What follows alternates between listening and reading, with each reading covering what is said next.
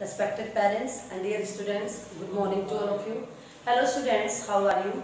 I hope you will be fine at home and doing your work properly. Students, do your work daily and don't leave it pending. Students, today we will do the revision of poem 1, Aunt and the Cricket. Students, आप इसका chapter भी पढ़ चुके हैं और summary भी सुन चुके हैं और आज मैं आपको क्वेश्चन आंसर डिस्कस करूंगी. ओके, तो let us begin. The cricket says, oh what will become of me. Cricket कहता है कि मेरा क्या होगा. व्हेन डज ही से इट, तो वो ऐसा कब कहता है. एंड व्हाई, क्यों कहता है. Answer is the cricket says it when he has no crumb to eat. Crumb means एक भी टुकड़ा, रोटी का टुकड़ा या किसी भी चीज का टुकड़ा खाने वाला जो आंट्स खाते हैं या क्रिकेट खाते हैं. तो क्रिकेट कहता है कि जब he has no crumb to eat, जब उसके पास एक भी टुकड़ा नहीं होता है खाने का, तब वो इस बात को कहता है कि मेरा क्या होगा. he is unable to see a leaf, उसको एक भी फ्लावर, एक भी पत्ती दिखाई नहीं देती है. on the tree in winter, winter के समय में पेड़ों पर एक भी पत्ता क्यों नहीं दिखाई देते, क्योंकि बर्फ गिर चुकी है और बर्फ गिरने के कारण उसको एक भी पेड़ों पर एक भी पत्ती, एक भी फूल दिखाई नहीं देता है. He says because he wants shelter, वो कहता है, वो इसलिए कहता है क्योंकि उसको शेल्टर चाहिए, रहने के लिए घर चाहिए.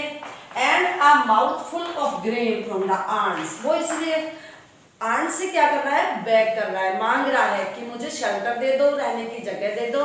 और माउथफुल, एक मुट्ठी भर अनाज दे दो मुझे. तो आंट्स क्यों देंगी, आंट्स मेहनत करती हैं और क्रिकेट सारे दिन क्या करता रहता है, गाना गाता रहता है, घूमता रहता है ना, सिंगिंग करता रहता है. तो अब आंट्स क्या कहेंगी, जाओ और अब भी सिंग करो. तो next question is find in the poem the lines that mean the same as neither a borrower nor a lender be. तो पोएम में से आपको एक ऐसी लाइन चूज करनी है जिसका मीनिंग है कि ना तो उधार लेने वाले बनो और ना देने वाले बनो. तो उसकी सेम लाइन ये है, बट वी आंट्स नेवर बोरो, परंतु हम आंट्स कभी उधार नहीं लेते. वी आंट्स नेवर लैंड, और हम कभी देते भी नहीं है किसी को. मीन्स आंट्स इतनी मेहनत करती हैं स्टूडेंट्स कि वो अपने अनाज को पहले से ही इकट्ठा करती रहती हैं. आई मीन जो भी उनके खाने की चीजें होती हैं उनको पहले से ही इकट्ठा करती रहती हैं, इसलिए उन्हें विंटर सीजन में मांगने की जरूरत नहीं होती है. हार्ड वर्क का यही होता है, अगर हम हार्ड वर्क करते हैं तो हमें किसी से भी उधार मांगने की जरूरत नहीं होती है. What is your opinion of the ants principles? Ants का जो ये प्रिंसिपल है, प्रिंसिपल में सिद्धांत, क्या सिद्धांत है कि ना उधार लो ना दो. तो इसका क्या मतलब है. हाँ, आपकी क्या राय है इस सिद्धांत के बारे में. क्या आप भी यही चाहते हो कि ना उधार लेना चाहिए और ना देना चाहिए, बताइए. Ants principle is very appreciable. Appreciable तारीफ के काबिल है, बहुत अच्छा है ये सिद्धांत, क्योंकि वन शुड नाइदर बोरो, ना तो किसी को उधार लेना चाहिए, नो लैंड, और ना देना चाहिए. क्योंकि आज आप उधार दोगे फिर उससे मांगोगे तो वो देने के लिए आनाकानी करेगा या देगा नहीं, समय पे चुकाएगा नहीं. तो आपका क्या होगा, आपके रिलेशन खराब हो जाएंगे, आपकी बात खराब हो जाएगी. इसलिए कभी लड़ाई झगड़ा भी हो सकता है इन बातों में. तो कभी किसी से उधार मांगो भी मत और दो भी मत. If everyone follows this principle, यदि हर कोई इस सिद्धांत का पालन करे तो there will be no need of asking or giving anything from anyone. तो किसी से भी किसी को कुछ भी मांगने की जरूरत नहीं होगी. One will save something for the future. हर कोई फ्यूचर के लिए कुछ ना कुछ बचा करके रखेगा. तो हमें क्या करनी चाहिए, सेविंग भी करनी चाहिए, हार्ड वर्क करनी चाहिए, और जो भी हम हार्ड वर्क के अर्न करते हैं उसमें से फ्यूचर के लिए कुछ ना कुछ सेव करके रखना चाहिए, क्योंकि जब कभी कोई बुरा टाइम आए तो उसमें हम उसको यूज कर सकें. Next question is the ant tells the cricket to dance winter away. Do you think the word dance is appropriate here? If so, why? Ants cricket से कहती हैं कि जाओ विंटर आ गई, अब डांस करो. Do you think the word dance is appropriate here? क्या आप समझते हैं कि जो आंट्स ने ये वर्ड यूज किया यहाँ पे, तो ये appropriate मीन्स उचित है.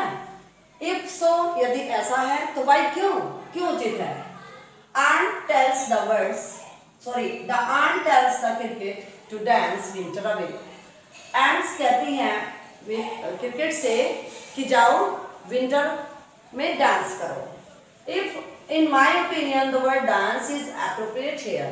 मेरी ओपिनियन में तो डांस बिल्कुल appropriate है, उचित है. क्यों? क्योंकि the cricket spends its summer days in singing. क्योंकि क्रिकेट ने अपना सारा समय जब समर आई थी तो सिंगिंग में बर्बाद किया, वेस्ट किया. उसने कोई काम नहीं किया, कठिन परिश्रम नहीं किया, मेहनत नहीं की. तो जब उसने मेहनत करके सेव नहीं किया तो अब खाएगा कहाँ से? तो अब ठीक है, अब डांस, तुमने डांस सिंगिंग किया, अब डांस करो.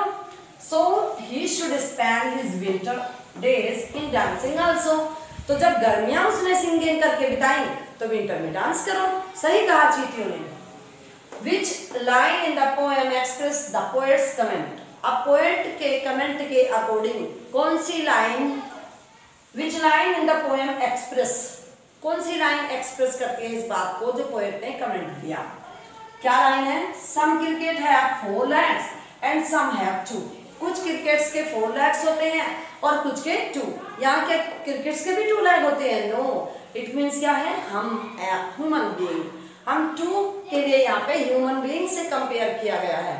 क्या कि जो मेहनत करने वाले लोग होते हैं, तो चाहे वो आंट्स हो, क्रिकेट हो या ह्यूमन बीइंग हो, वो अपना जीवन यापन अच्छे से कर लेते हैं. परंतु जो लोग, चाहे ह्यूमन बीइंग हो यानी कि 2 पैरों वाले, अब 2 पैरों वाले कौन है? हम. तो 2 पैरों वाले लोग हों या क्रिकेट हो, जो काम नहीं करेगा, जो मेहनत नहीं करेगा, उसको खाने को नहीं मिलेगा, या सेविंग नहीं की होगी उसने, तो फिर हार्ड वर्क करके उसने बचाया नहीं होगा, तो फिर वो कहाँ से खाएगा? कहीं से भी नहीं. तो इसलिए चाहे वो आंट्स हो, क्रिकेट हो या हम ह्यूमन बीइंग, सबको हार्ड वर्क करना ही चाहिए.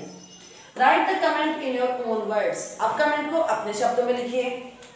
Through the comment on the cricket. Cricket पर कमेंट करके पोएट क्या बताना चाहते हैं? The poet wants to convey. Poet हमें ये बताना चाहते हैं the message that one should neither borrow nor lend, कि किसी को भी किसी से उधार मांगने की जरूरत नहीं होनी चाहिए. क्योंकि अगर हम परिश्रम करते हैं तो हम इतनी सेविंग करेंगे कि आगे के लिए हम कुछ ना कुछ बचा कर रखेंगे, ताकि हमें किसी के आगे हाथ फैलाने ना पड़े. Everyone should do something for the future. Save है ये, save, सॉरी. हर एक को फ्यूचर के लिए कुछ ना कुछ बचा करके रखना चाहिए. इट मीन्स क्या है? सीधे सीधे कि हमें हार्ड वर्क करते रहना चाहिए, परिश्रम करते रहना चाहिए. कभी भी हमें आइडल होकर के, निकम्मा होकर के, निठल्ला होकर के नहीं बैठना चाहिए, फ्री नहीं बैठना चाहिए. हमेशा कुछ ना कुछ करते रहना चाहिए. जो फ्री रहने वाले लोग हैं वो क्या करते हैं? उनको दूसरों के आगे हाथ फैलाना पड़ता है, शर्मिंदगी महसूस करनी पड़ती है. क्योंकि जब वो किसी से कहेंगे हमें ये दे दो, तो सामने वाला ना ही दे. सामने वाला ऐसे भी कह सकता है कि नहीं मेरे पास नहीं है, मैं नहीं दूंगा. तो फिर क्या हुआ? इंसल्ट हो गई ना. तो फिर हम अगर मेहनत करेंगे तो हमें किसी के आगे हाथ फैलाने नहीं पड़ेंगे.